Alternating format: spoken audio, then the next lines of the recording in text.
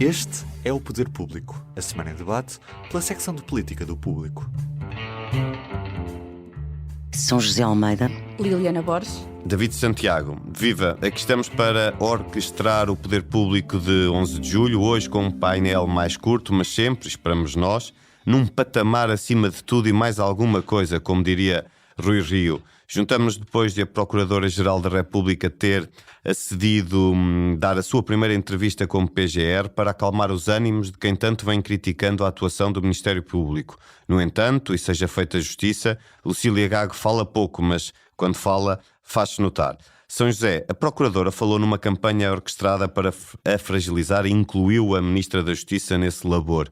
Podemos concluir dessa afirmação que Lucília Gago considera que a atuação da Justiça não é criticável e que tem razão Rui Rio, e hoje parece ser o dia que tiramos o dia, ou que tirei o dia para citar Rui Rio, quando ele conclui que essas declarações mostram um Ministério Público que se comporta como um Estado dentro do Estado? de certa forma, essa frase é verdadeira, porque a atitude de Lucília Gago naquela forma como ela se comportou na entrevista é de quem não deve nada a ninguém e todos lhe devem. Ou seja, o Ministério Público não tem defeitos, cumpre a lei, e as pessoas que criticam o Ministério Público é que estão enganadas. Não é? Pronto. Como se numa democracia, primeiro, a aplicação da justiça não dependesse de regras que são estabelecidas pelo poder político em última instância. Ou seja, depende de leis que são aprovadas numa Assembleia da República. E são criticáveis, como todos os agentes da democracia e da sociedade são criticáveis e podem ser criticados. Mas são escrutináveis? Agora é que eu não sei se são escrutináveis, não é? Pois, o problema é que o escrutínio do Ministério Público, isto é uma das questões fundas do que é preciso reformar, é altamente cooperativo. Tem um conselho superior deles mesmos, que não respiram com a sociedade. E, portanto, vivem de facto numa redoma, não é? Numa espécie de Estado imune ao contacto e à contaminação. Parece que seria uma contaminação de que eles sentiriam alvo. Agora, o que mais me impressionou naquela entrevista, e que tem a ver com isto, é as contradições da senhora Procuradora-Geral da República. Porque a senhora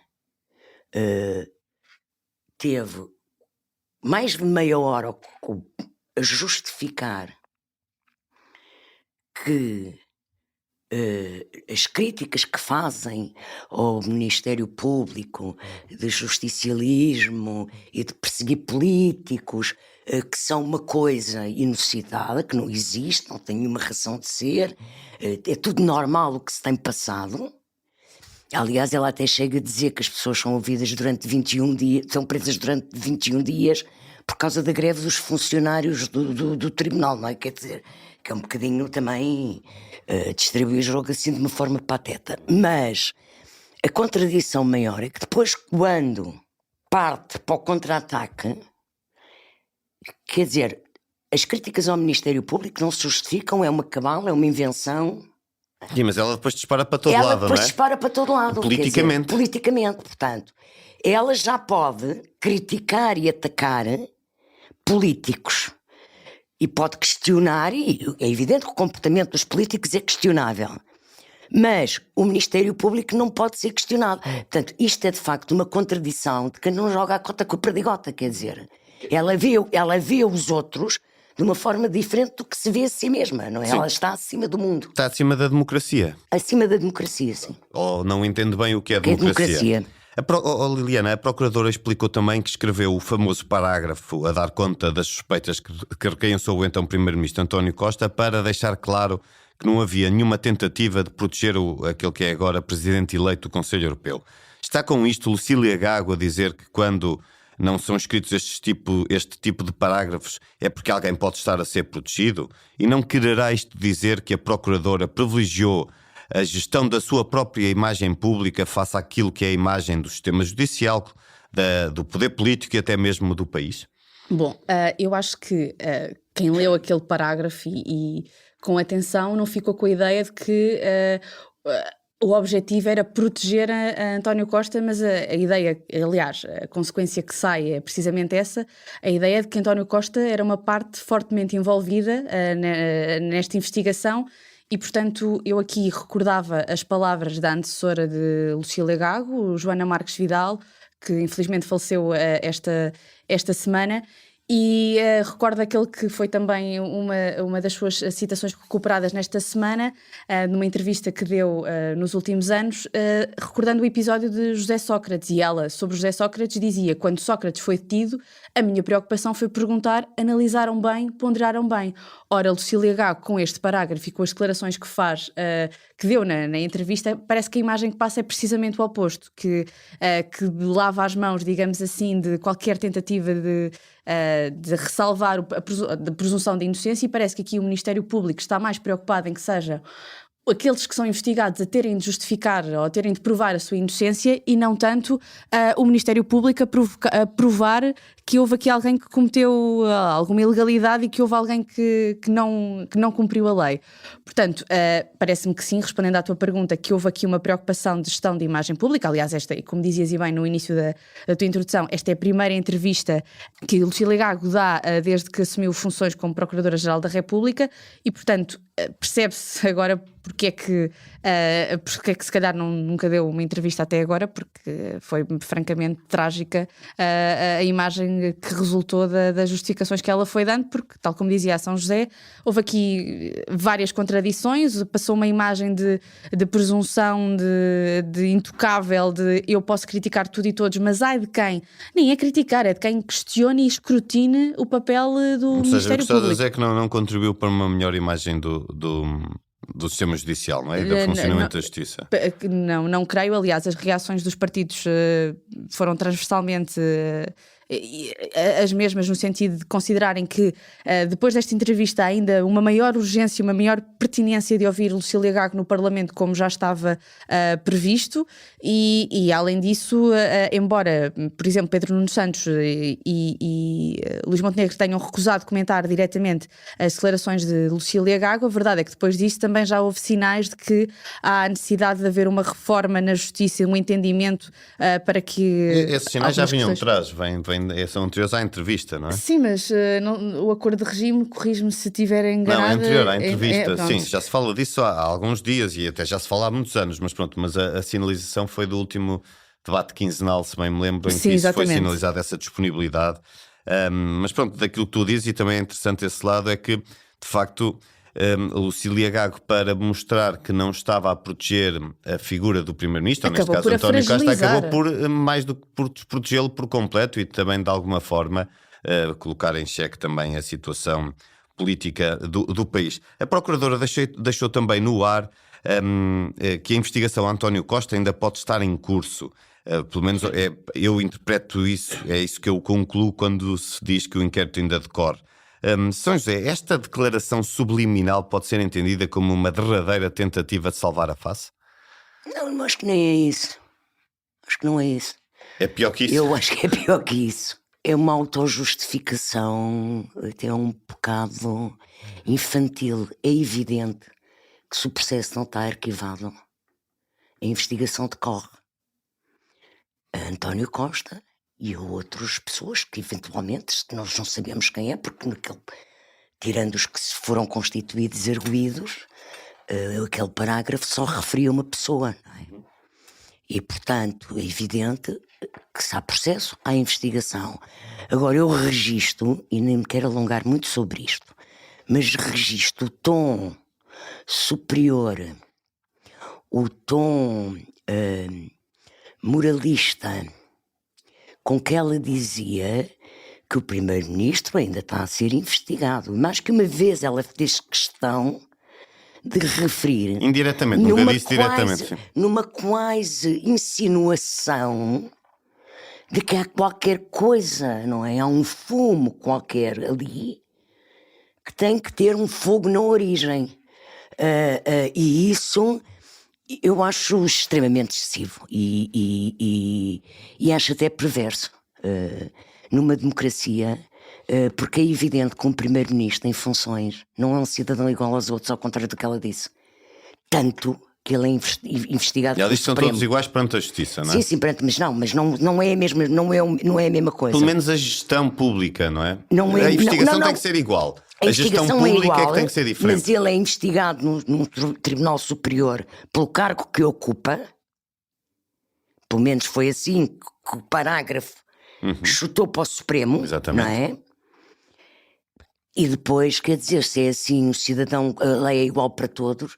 Eu nunca vi uma pessoa só porque é testemunha num processo ser citado com o nome que está a ser investigado numa investigação que é suposto estar em segredo de justiça. Desculpa interromper-te, só para justificar que foi por isso que há pouco eu também fiz a ressalva da diferença em relação a Joana Marques Vidal, que teve uma postura muito mais responsável do Liliana, ponderar. eu nem Não quero- estou a comparar os casos. Eu não quero comparar. Não estou a comparar os casos, Não estou a comparar falar dos casos. Eu não quero comparar a atual procuradora com a sua doutora Joana Marques Vidal, conselheira Marques Vidal. A diferença de percurso de vida, da forma como marcam as instituições, é tão grande que não é comparável para mim. Portanto, nem sequer vou estar aqui a falar da doutora Joana Marques Vidal, que respeito muito e que não gosto de misturar alhos com bugalhos. Muito bem. Liliana, esta entrevista da Procuradora, e em jeito de conclusão, pode aqui dar força à ideia da necessidade de reforma da justiça, e já sabemos que o Governo e PS irão dialogar. Sabemos também que o Governo, o PSD, quer dialogar com todos os partidos, mas há claramente aqui uma disponibilidade para um diálogo com vista a um entendimento de regime, se quisermos, entre os partidos, entre os maiores partidos. Nesse sentido, podemos esperar, ou seja, foi contraproducente, digamos assim, para aquilo que seriam os seus intentos da PGR, que acha que está tudo a funcionar bem. Esta entrevista, se calhar, vem aqui dar aqui alguma força a essa ideia da necessidade do tal entendimento de regime, que há muito... Eu hoje parece que sonhei com o Rui Rio, mas Rui Rio, de facto, é a pessoa que há mais tempo no espaço público que vem falando disso, dessa necessidade. Marcos Mendes antes disso, no Sim, tempo do... mas de forma mais consistente. Quando era líder, É o verdade, Marcos Mendes é verdade. propôs um pacto de Pacto. justiça. É verdade. Mas ninguém tem falado há tanto tempo e tão insistentemente como o Rui Rio. Acho que isso não lhe podemos retirar. Sim, ele tentou fazer, mas... E tentou fazê-lo, António Costa deixou-o pendurado. Mas o Marcos Mendes chegou mesmo a apresentar publicamente um documento. E o Rui Rio também apresentou um documento que António ignorado. Costa ignorou. Sim. Ignorou por completo, porque não concordava com um ou dois princípios e, portanto, não quis dialogar simplesmente, porque nós sabemos Tinha que a ver António com o Costa... escrutínio, uma das coisas tinha a ver com o escrutínio do Ministério Público, precisamente. Tinha, exatamente, e António Costa considerava que há justiça o que é da justiça e há política o que é da política, mas cabe à política encontrar o enquadramento em que deve funcionar Claro o que sistema cabe à judicial. E política. António Costa aí, de alguma forma, também pagou o preço. Acabou por não pagar porque está no Conselho Europeu, mas pagou em termos de governação do país, e o país é que pagou esse preço. Tanto que Rui Rio, quando recentemente até provocou e disse que se calhar António Está Costa agora arrependido? estava arrependido, não é? Não sabemos. Bom, a Ministra da Justiça já reforçou que o Governo vai mesmo, e aqui estou a citá-la, vai mesmo levar a cabo a reforma da Justiça prevista no programa levado a eleições pela Aliança Democrática. Bom, eu acredito que consequências para Lucília Gago não existirão muitas, até porque o seu mandato está prestes a terminar, portanto a entrevista pode-lhe ter corrido mal, mas efeitos práticos não terá, porque ela já disse que não se recandidatava a um segundo mandato. Sim, mas a entrevista dela dá a entender que está tudo a funcionar dentro dos parâmetros adequados.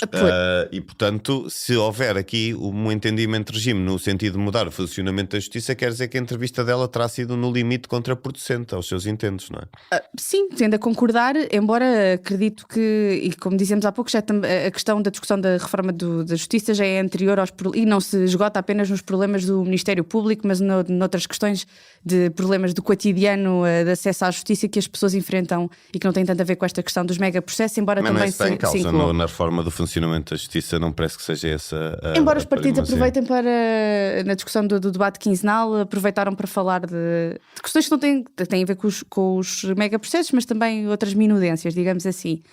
Eu acredito que se há matéria em que podemos ver alguma disponibilidade para diálogo nesta legislatura, será precisamente na Justiça, até porque é uma oportunidade de Pedro Nunes Santos de se diferenciar de António Costa, que sempre teve, como dizes, resistências para esse diálogo e para essa reforma, e estando na oposição, fazer parte de uma mudança estrutural, de uma reforma estrutural no país, que nós não vemos há muito tempo, não se discutem reformas e mudanças profundas no país, embora tenhamos tido uma maioria absoluta e apesar de tudo, governos minimamente estáveis nos últimos 8 anos, e acho que é uma vitória quer para a AD, quer para o PS, se essa reforma acontecer. Portanto, só vejo vantagens que saia finalmente do papel depois de tantos anos a discuti-la. Muito bem. Pedro Nuno, os sinais que foi dando até agora é o de que o trauma Sócrates no PS está para durar. Ele no Congresso, por exemplo, afastava qualquer tipo de comentário sobre o funcionamento da Justiça e sobre o parágrafo e o comportamento da Procuradora. Veremos, terá que haver aqui então, nesse caso, para isso acontecer, claramente uma mudança de atitude do Secretário-Geral do PS. Falando nele, esta semana conheceu também novos episódios da novela Aprova, Não Aprova o Orçamento. Os atores principais, Luís Montenegro e Pedro Nuno Santos, deram garantias de que não têm medo de eleições, mas ao mesmo tempo o PS voltou a sinalizar que não quer ser ignorado pelo Governo, e o Ministro das Finanças anunciou mesmo esta quarta-feira que IRC e IRS Jovem não vão constar do articulado orçamental, por forma a que os socialistas não tenham desculpa para reprovar ou inviabilizar o orçamento. São José, esta história vai terminar ou não com um final feliz? Eu há várias semanas que ando a dizer que vai terminar com um final feliz e que o orçamento vai ser aprovado. É a nossa TV Guia, não é? Que antecipa o final da novela. Eu sou uma pessoa otimista. Como António Costa. E não sei se é como António Costa, provavelmente sou mais otimista que ele até. Não estou a fazer nenhuma graça, sou mesmo uma pessoa otimista. E acho que as pessoas têm bom senso e os líderes políticos têm bom senso, não é o que se espera que tenham bom senso. Portanto, eu creio que o PS vai acabar por viabilizar. Aliás, tudo se encaminha nesse sentido. O Ministro das Finanças já anunciou que tudo o que é matéria fiscal será feito por lei própria, que não se entra no orçamento. É evidente, depois vai-se refletir no orçamento, sempre, como é óbvio, evidente, nas receitas e despesas, mas é uma forma. Sim, mas ou seja, aprovar antes para não ser aprovado via orçamento. Facilitar aquilo que são as coisas. Ou seja, Alexandre Leitão disse que o IRC e o IRS Jovem no orçamento não era possível o PS provavelmente aprovar e, portanto, eles retiram do orçamento. Mas, São José, desculpe interromper, mas já agora é interessante, porque Alexandre Leitão diz hoje, eu vi isso não li a notícia, mas li na capa do Jornal Económico, que, portanto, retirar, expurgar o orçamento dessas medidas às quais o PS se opõe, retirava a margem negocial ao Governo para poder garantir a aprovação ou viabilização junto do PS. Provavelmente, não sei, também não li a notícia nem mas como é que isso retira a margem se o PS é contra e não está no orçamento? Não, porque retira a margem em que sentido? Estou aqui a fazer uma interpretação. Sim, também eu Mas se aquilo estivesse no orçamento e eles negociassem para fazer cair, certo, não é? Aprovado antes já não vai ser negociado, não é? Pronto. E, portanto, retira margem negocial nesse sentido. Mas retira essa margem negocial, mas haverá outras margens negociais para chegar a entendimentos. O que eu acho que assim vai ser decisivo, e penso que isso só acontecerá em setembro, é que quando chegar o momento das conversas, mesmo ainda oficiosas, sobre o Orçamento de Estado, a atitude pública do Primeiro-Ministro perante o líder da oposição, líder do PS, acalma um pouco.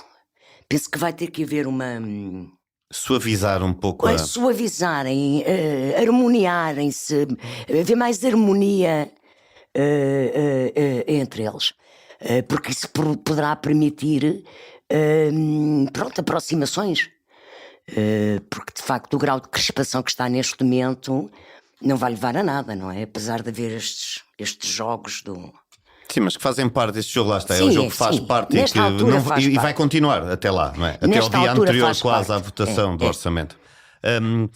Marcelo tem insistido algumas vezes na importância, não, noutros casos já não é a primeira vez que faz isso, inclusive chegou a anunciar que dissolveria o Parlamento se não houvesse orçamento, mas tem insistido na importância de viabilizar o orçamento para o próximo ano. Mas esta quarta-feira, Cavaco Silva veio normalizar uma não aprovação do orçamento para 25.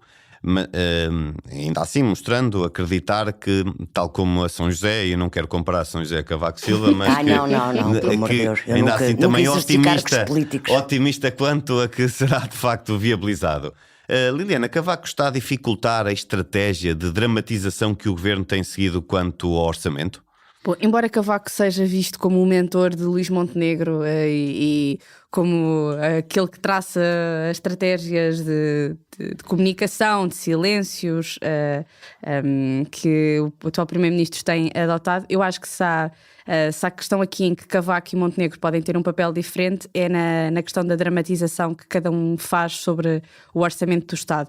Porque se esta entrevista que Cavaco dá é também uma reação a si próprio e um comentário a si próprio face ao artigo de opinião que tinha escrito há umas semanas ou uma semana no Jornal Expresso, e agora vem-nos dizer em entrevista que não foi bem interpretado, que não foi bem aquilo que ele quis dizer e que na realidade há mais cenários em cima da mesa. Eu acho que ele também o pode fazer nesta altura porque, entretanto, o balão, digamos assim, da tensão do Orçamento de Estado tem sido esvaziado e, de facto, como dizíamos também, a questão é praticamente impossível, transformou-se é possível viabilizar e há aqui margem para negociar. Portanto, cabe também ao PSD insistir no seu papel de é muito importante viabilizar, porque isso será sempre uma vitória para si, é sempre uma vitória para este governo que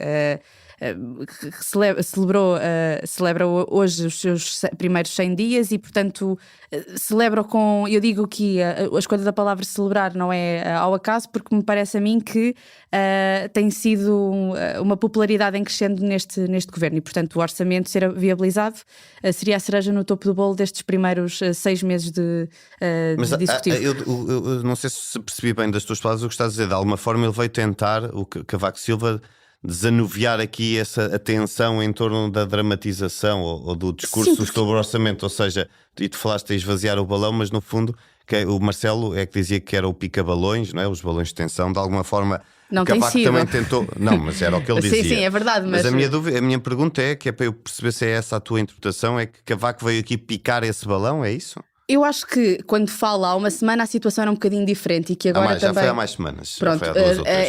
era um pouco diferente daquela que... Porque, entretanto, lá para cá o PS começou a falar em viabilizar o orçamento.